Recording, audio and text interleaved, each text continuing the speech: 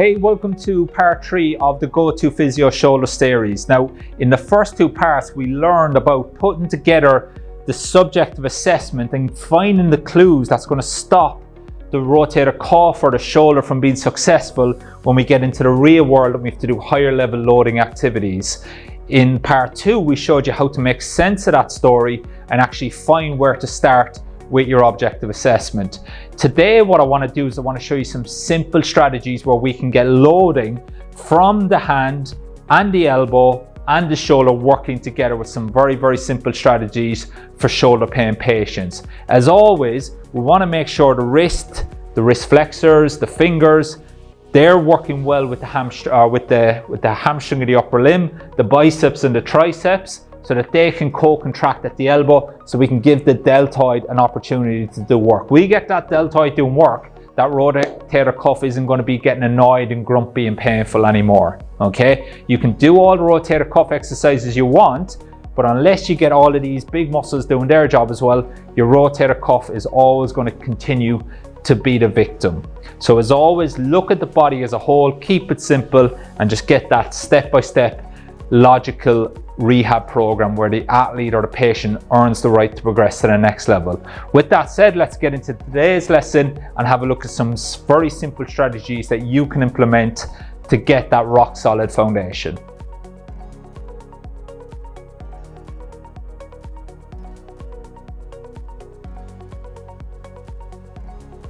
So an exercise position that I use a lot with the shoulder is all fours, and I want to explain why now. The all fours position is a great way to generate tension through the hand, through the elbow, up to the shoulder like we spoke about before. So again, we were kind of insinuating that maybe if something at the wrist or the elbow wasn't communicating well with the shoulder, potentially the shoulder may generate more torque.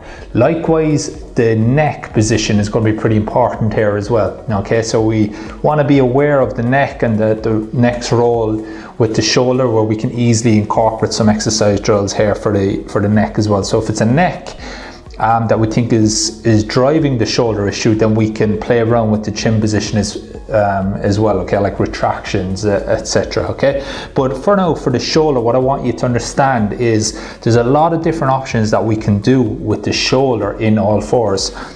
So when I get Pete just to rock forward and back, Pete, that now is Pete's shoulder going into extension. Okay, when I get him to rock back here, that's Pete's shoulder going into flexion. Okay, so again, we can generate tension and put the shoulder in these positions that, so again, for instance, let's say for instance that Pete's shoulder is painful in flexion.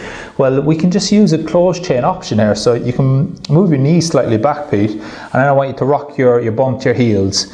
Okay, now Pete here will probably not have any pain. Okay, usually most people wouldn't have any pain in this scenario. Okay, so back again, whereas they may have pain in this scenario. Okay, not all the time, but most times when you do that, because it's a pretty non-threatening kind of movement. Okay, but what we can do is we can get Pete to generate tension a bit more through the hands here. So Pete, as you push back now, what I want you to do is I want you to actively push the floor away. Okay, so I want you to actually push into the floor as you push. Now what that's going to do is that's going to just generate tension through the cuff. I'm getting a little bit of deltoid here as well in the transverse plane, especially as I push my fingers in. So you can see as I come down, I almost get that twisting motion here. Now that twisting motion is driving external rotation. Okay, so as I come up, I'm going to externally rotate, and I can reverse engineer that by having good intent through these fingers here. So you see I almost get that pushing off. So I won't say that to the patient, obviously. All I'm going to say to Pete is, imagine you have an orange here, Pete. I just want you to squash an orange and push your body away. That's it. So we're just going to get a bit of external rotation there, good, and then back up again. And I want you to pull yourself back up with that hand again. Squash the orange and pull yourself from this mid hand here. Okay, so back down again, push with the fingers, good, and now squash with the palm of the hand, good. And as you get squashing with the palm of the hand. Can you feel these muscles in here working, Pete? So what he's going to get here, he's going to get a bit of teres major generating torque. He's also going to get a bit of lats, okay? Because remember, when someone gets pain on the way down, okay, from a movement, these muscles have an important part to play in generating torque there, okay? So if we can get these muscles to do their job, potentially that may or may not alter that pain experience as well. So what we're doing here is we're giving the body an experience of going into these positions again, hopefully pain-free. And we can bias putting torque in particular directions through the hand just in order to give the body a different experience, okay, or alter some of the variables that's contributing to this pain experience. So that's the sagittal plane, so that'll be flexion. Now what are we going to do with somebody that has pain going across their body, and especially with an AC joint as well? I like to do this exercise pretty quickly. So Pete, come forward slightly, and now all I want you to do this time is I want you to shuffle your body weight across your body. So you can see here we're getting an abduction, and here we're getting an adduction of the shoulder. Okay, perfect. Back again. Okay, so let's go again, Pete. Now if we talk about the scapula in this scenario, we're going to get an adduction of the scapula, a little bit of downward rotation here, whereas this one we're getting a bit of protraction and a little bit of upward rotation. Okay, and back again. Same again. Good. Okay, so as he comes through, then it's going to change slightly. Okay, so we're getting a lot of different things here as Pete comes across. Now if I wanted Pete to bias a little bit more protraction, Pete, I want you to really push your body away now. Okay, so now we're starting in a very protracted position, and now Pete come across, and now that's just going to help him get a bit more upward rotation here. Okay, back again. But usually I wouldn't do that, but that's an option if we were playing around with the scapulas, etc. Okay, so just relax again. So in this position here, what we want to do, Pete, is I want you to push your body away with your hand again. Okay, so push your body away. Perfect. So come through again. You're just going to push into the floor, and now use that stored energy and then push your body away again. Good. Perfect. So come over slow, and then I want you to push your body away. Push, push, push. Good. Now that's very, very good for us, because what we can do now is we can see where the confidence is, or where he may be struggling to initiate force. Okay, good. So in that position, if you had an AC joint, for instance, and it was day 1, day 2 post injury, Pete may only be able to come here and he might be able to get pain. Okay, whereas day 3, day 4, you might find that Pete's really getting over and then he's really pushing. Okay, and again, that push is very, very important for me, because I want to see Pete's intent to genuinely push off that that hand. Okay, so that's going to be more frontal plane, Pete.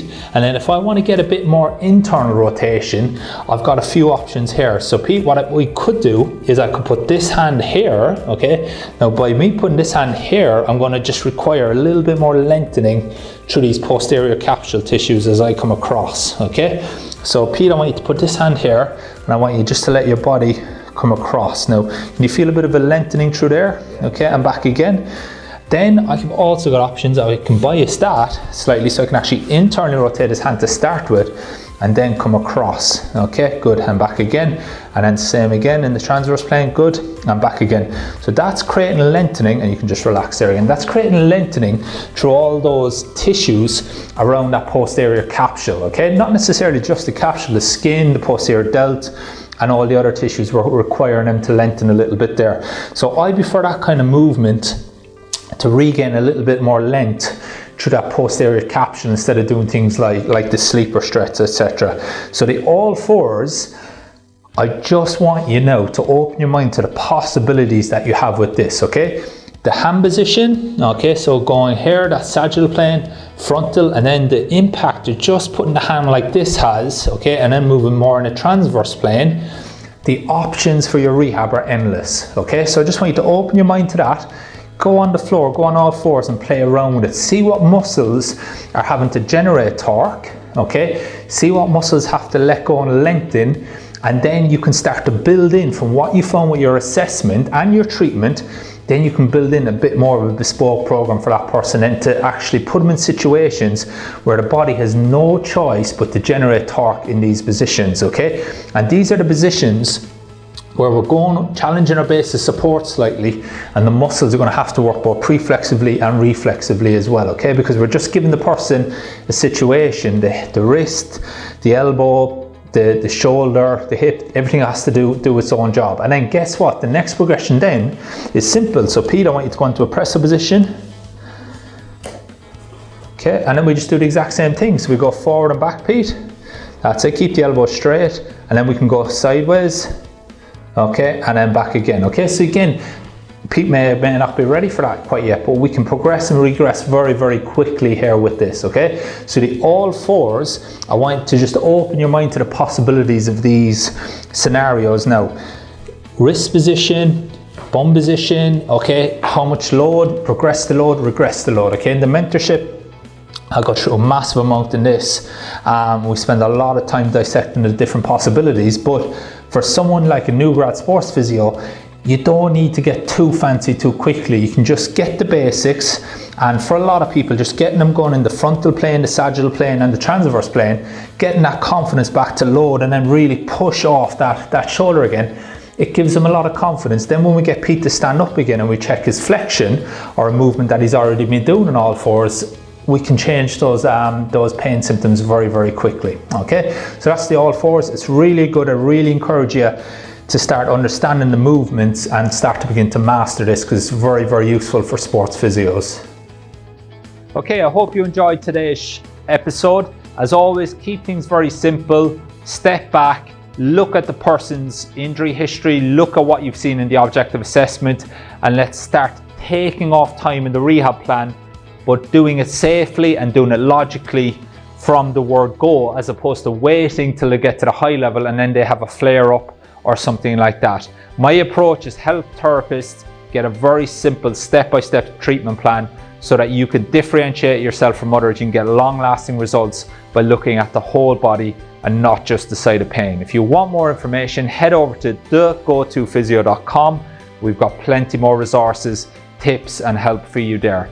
As always, it's a pleasure to have your company today. I'll see you in the next episode where we're going to talk return to play strategies for the shoulder. I'll see you next time.